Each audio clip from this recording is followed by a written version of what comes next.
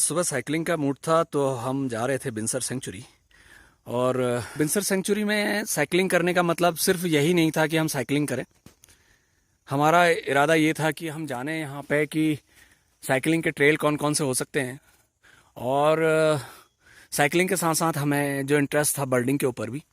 तो पूरन जी हमारे एक्सपर्ट हैं जो इस बिनसर सेंचुरी में बर्डिंग कराते हैं। तो जो ट्रेल हमने सेलेक्ट किए हैं यहाँ पे बिनसर सेंचुरी में साइकिलिंग के, एक तो वही 0 पॉइंट वाला ट्रेल है जो यहाँ से करीबन 14-15 किलोमीटर का है। दूसरा जो ट्रेल है वो अंदर सेंचुरी के अंदर है, जिसे मयूली खान वाला ट्रेल बोलते हैं। तीसरा वो ट्रेल एक दलाड़ और कटघरा का है।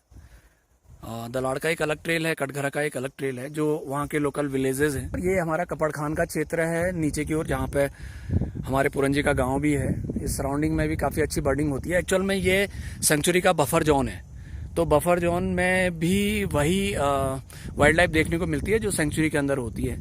Century I think 55 square kilometre area में है और काफ़ी इसको प्रिजर्व किया गया। तो मैं पूरन जी से जानना चाहूँगा कि यहाँ पे इस वक्त विंटर टाइम में कौन कौन सी बर्ड्स मिल सकती हैं, पूरन जी बताएंगे?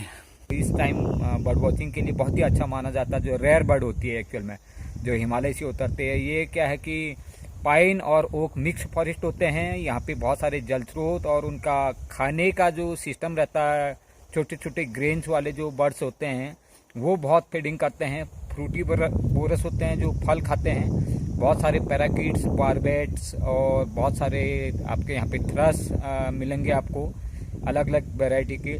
और बहुत सारे रैप्टर्स मिलते हैं जिनमें ईगल है, बहुत सारे स्टेप ईगल यहाँ पे बहुत झुंड पे पाए जाते हैं। Crested serpent eagle, mountain hawk eagle और चेंजेबल हॉक ईगल, ये जो बाज की प्रजातियां हैं, बहुत ही अच्छे शिकारी पंछी फाल्कन देखने को मिल सकता है। और विंटर टाइम के लिए बहुत सारे चेस्टनट थ्रस वगैरह जो हिमालय में जाते हैं लोग देखने, वो विंटर टाइम नीचे देखने को मिल सकते हैं साइकिल के साथ साथ।